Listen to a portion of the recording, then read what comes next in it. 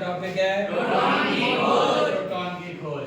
क्या कहेंगे? Discovery of proton. क्या कहेंगे? Discovery of proton. ध्यान दीजिएगा। क्या देखो बच्चों, सन 1886 में, कब? सन 1886 में गोल्डस्टीन, कौन? गोल्डस्टीन ने छिद्रदार कैथोड लगी लगभग 60 सेंटीमीटर लंबी विसर्जन नली में गैसों के कम दाब पर उच्च गुणवत्ता उत्पन्न की।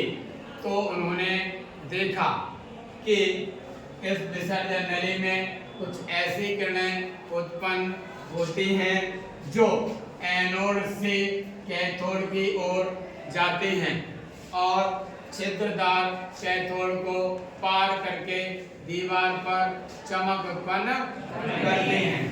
ठीक है ना? इन किरणों को एनोड किरणें या धन किरणें या कैनाल किरणें कहते हैं। क्या कहेंगे? एनोड किरणें, धन किरणें या कैनाल किरणें कहते हैं।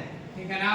ये किरणें जो है वह छोटे छोटे कणों से मिलकर बनी होती हैं। कैसे? छोटे छोटे कणों से मिलकर बनी होती है। इन कणों को बच्चों रदरफोर्ड ने, किसने? रदरफोर्ड ने क्या नाम दिया बच्चों? प्रोटॉन नाम दिया। क्या नाम दिया? प्रोटॉन नाम दिया। एक चीज और मैं आपको बता दूं कि प्रोटॉन की खोज के संबंध में रदरफोर्ड को लेकर मतभेद थोड़ा सा डेट को लेकर रहता है। कुछ लोग रदरफोर्ड को प्रोटॉन की खोजकर्ता मानते हैं और उसकी डेट को 1919 मानते हैं। क्या मानते हैं? और कुछ लोग मानते हैं 1922। क्या मानते हैं? 1922। ठीक है ना? ध्यान देंगे, प्रोटॉन की खोज किसने की? रदरफोर्ड ने। डेट को लेकर अगर कोई मतभेद हो, मैंने दोनों डेट बता दी। कुछ लोग 1919 मानते हैं, कुछ लोग 1922, लेकिन कुछ लोग कहते हैं इन्होंने 1919 से लेकर 1922 तक इसमें बहुत सारे काम किए इसके बीच में। तो कुछ लोग तो 1919 मानते हैं और कुछ लोग 1922। ठीक है? एक और चीज मैं बता दूं कि एनोड किरणें बच्चों एनोड से उत्पन्न नहीं होती है, जैसे कि कैथोड किरणें कैथोड से उत्पन्न होती थी। ठीक है ना?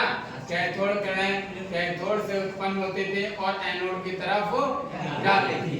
लेकिन यहाँ पर मैंने क्या बताया कि एनोड किरणें एनोड से कैथोड की तरफ जाती हैं या ओर जाती हैं, लेकिन ऐसा नहीं बोला कि एनोड किरणें एनोड से निकलकर कैथोड की ओर जाती है। ठीक है ना?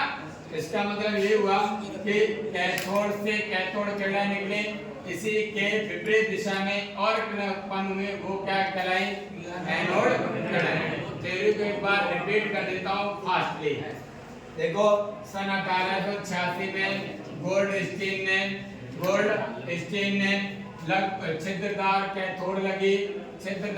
कैथोड लगी लगभग 60 सेंटीमीटर लंबी विसर्जन नली में गैसों के कम दाब पर उच्च गुणवत्ता उत्पन्न की।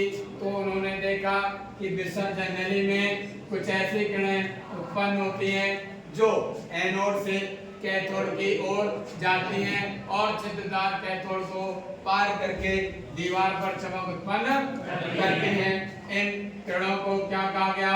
इन किरणों को एनोड किरणें, इन्हीं को हम कह सकते हैं धन किरणें या इन्हीं को कैनाल किरणें। क्या कह सकते हैं बच्चों? कैनाल किरणें कहते हैं। क्या कहते हैं? कैनाल किरणें कहते हैं। ये किरणें बच्चों छोटे छोटे कणों से मिलकर बनी होती हैं। रदरफोर्ड ने इन कणों को क्या नाम दिया? प्रोटॉन नाम दिया। रदरफोर्ड के संबंध में बच्चों कुछ लोग डेट मानते हैं 1919 और कुछ लोग मानते हैं 1922। ठीक है ना? याद रखेंगे। और एक बात ये भी याद रखेंगे कि एनोड किरणें एनोड से उत्पन्न नहीं होती हैं। ओके?